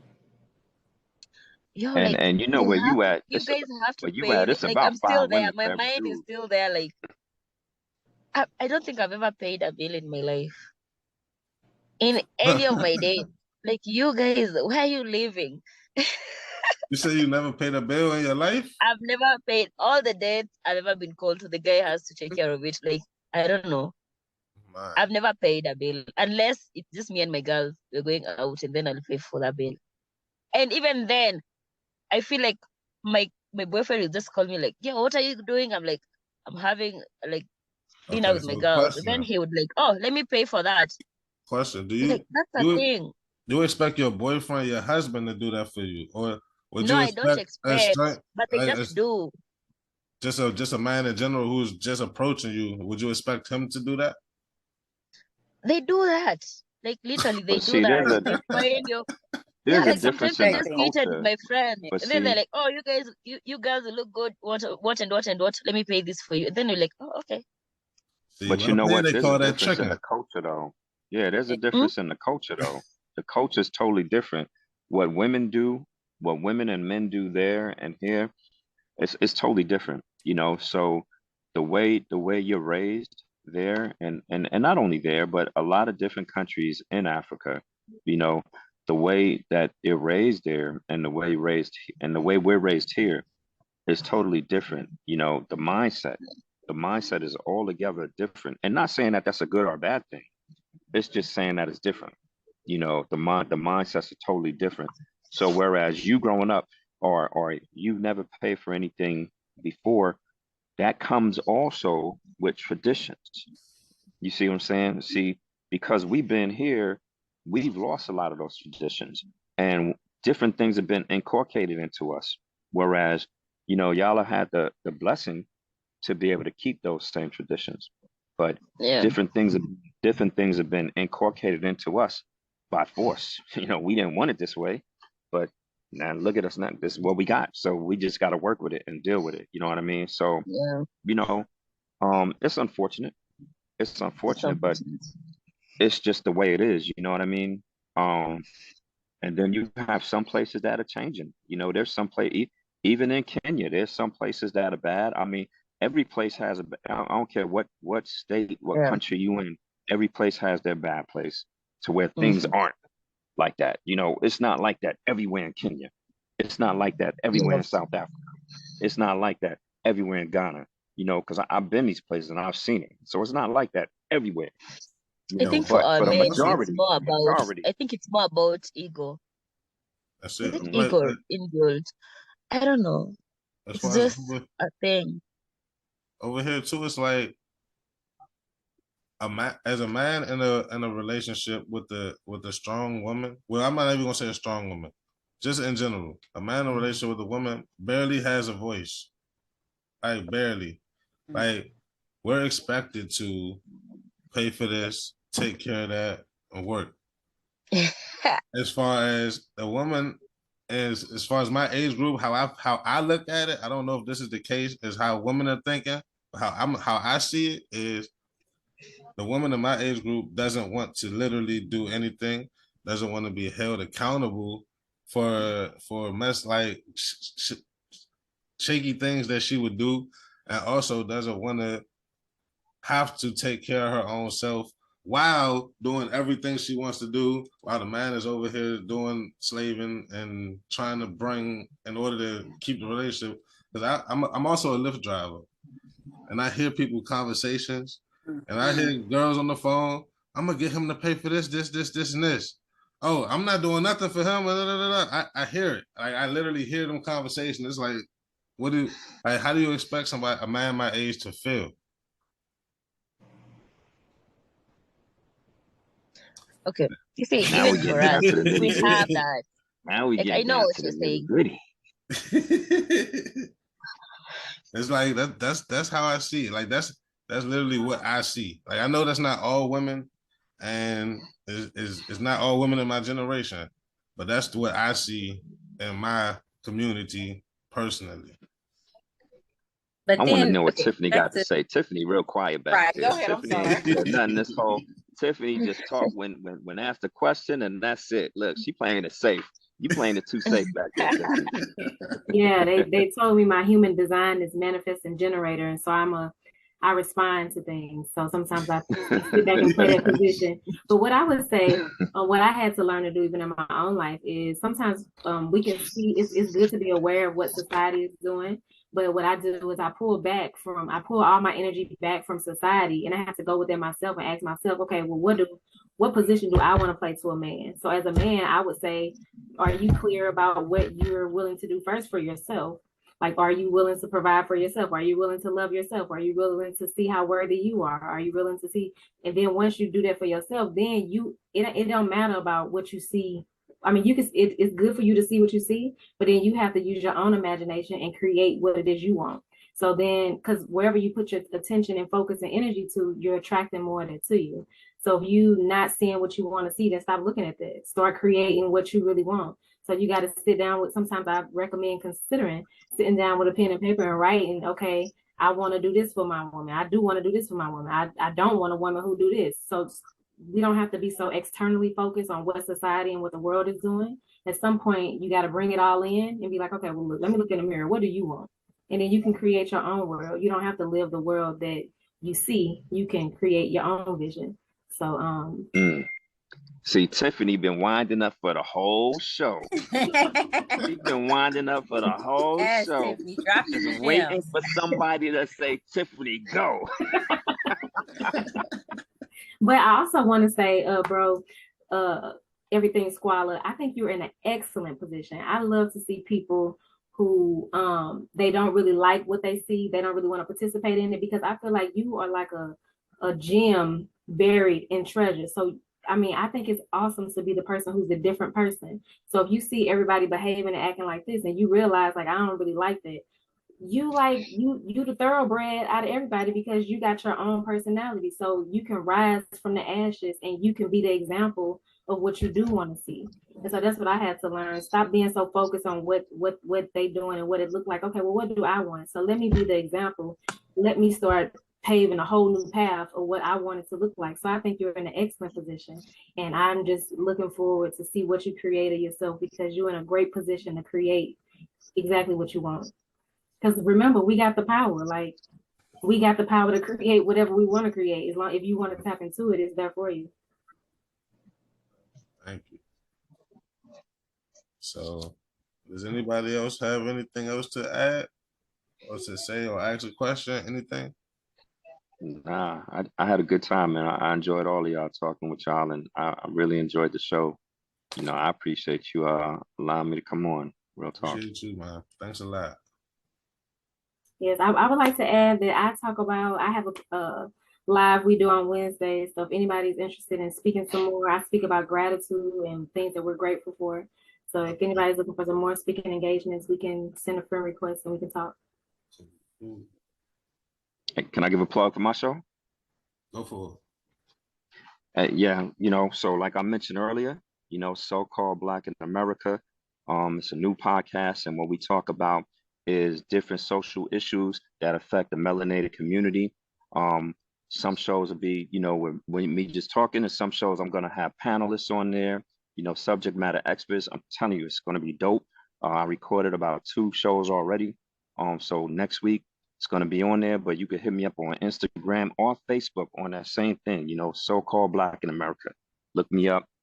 Stay tuned. It's gonna be dope. Awesome. Okay. I don't have a podcast, but I enjoyed this. It is my first podcast ever. I work for I have a client in Florida that I usually find podcasts for her, and that's why I landed into this. I saw it and I was like, let me try this too. You know, I've been getting her a lot of podcasts, and I'm like, I wanted to experience it myself too. So I've really enjoyed this. Yeah, I hope I can, you know, I'm going to join the other podcast too. You guys, you should send me invites. I like this. Definitely. I want to thank you for the time and the platform. And I know I probably yapped off a whole lot, but I want you to know that like Tiffany said, like you have so much power. And that's what I kept trying to reinforce to you. And when you do something different, people start to look, you know what I'm saying? And be like, wait a minute, what are you doing? Like, why he going left and everybody else going right? Or why he going up and everybody else going down? And why he cool with it? You know what I'm saying? Right. And for you to be like that, that's super dope. But if you could tap into that next level, then you would notice the women like quickly. I mean, it would be like real subtle things that you probably would never even pay attention to, that you would pick up on once you start going through therapy. You like, oh, this is why. You know what I'm saying?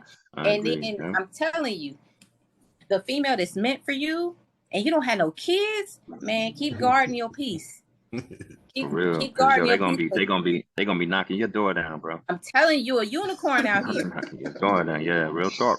You really are though. She ain't lying to you. She telling you the truth right now. Yeah, and protect it. Because when any of my friends, like, girl, I met this dude, he ain't got no kids. That's the first thing they say.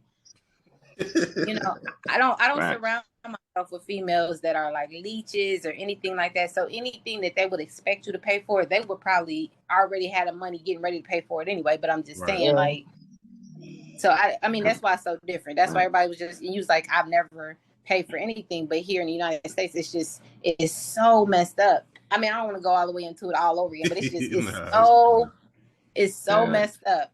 I want to say it ain't nothing wrong with a man paying for a woman or providing for a woman. I just think that upon meeting a stranger and you're expecting that's where the problem is. Yeah. Hey, you 29 now, you said? Yeah. I'm telling you, you got a good 11 years. Yeah. To meet somebody and get in, because I'm gonna tell you, you at a crucial stage right now, because right now, you know, when women meet you, like, yo, I met this dude, he 29, 30, ain't got no kids. When you get about 37, 38, 39, 40, now it's weird. Yeah. I met this dude, he's 40, ain't got no kids. Yeah, why don't nobody want to get knocked by this dude? Or why he ain't got nobody knocked yet? Look, now the next start twisting. Like, now you off limits, red flag. Something wrong. Now you a dragon and not a unicorn. Yeah. Unicorns are really nice to look at. Got a good 11 years, bro. So you have this window. 11 years. But yeah, I appreciate everybody for coming on. Thanks a lot. And this has been a great conversation. Learn a lot and everything. So I'm very appreciative of all of you guys. Yeah, I've added everybody, so make sure y'all add me back. Definitely. No doubt. Definitely. And then one more time for the audience, where can everybody find you? I'm on Facebook at Tiffany Chanel Gmt. Facebook, Sarah Cherono.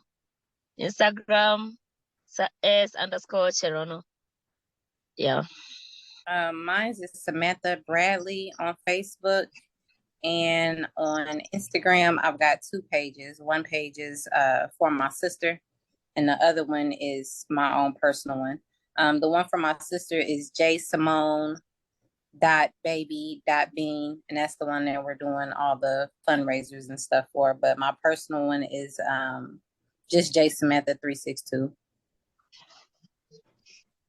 And for me, once again, Facebook and Instagram, they're both the same thing. So-called Black in America. Pretty easy. So-called Black in America on both Facebook and Instagram. Cool, beans. Cool. And they're both new pages. So listen, I need some people. I just started the podcast up. So I need some people. So please, y'all, like, like. I need some people. We're gonna have fun. Trust me. Definitely. And also, I'm doing for my podcast, I'm doing a $50 giveaway. It's going for but the way to enter the win is just to subscribe to the YouTube channel and then send me a screenshot that you subscribe to the YouTube channel, and that enters you to win. And once the account hit 50 subscribers, I'm gonna put the names in the hat and then pull the winner, and that's how that's goes. That's dope. Yeah, that is. So thank you, everybody. And if you haven't already, can y'all send me all your Instagram and all your links? I put in the description of the episode. Absolutely. Awesome. Definitely. Thank you again. You have a good day. Yeah, thanks a lot. Appreciate you. All right. All right, everybody. All right, ladies. Bye-bye. Bye. Bye-bye. All right. Bye.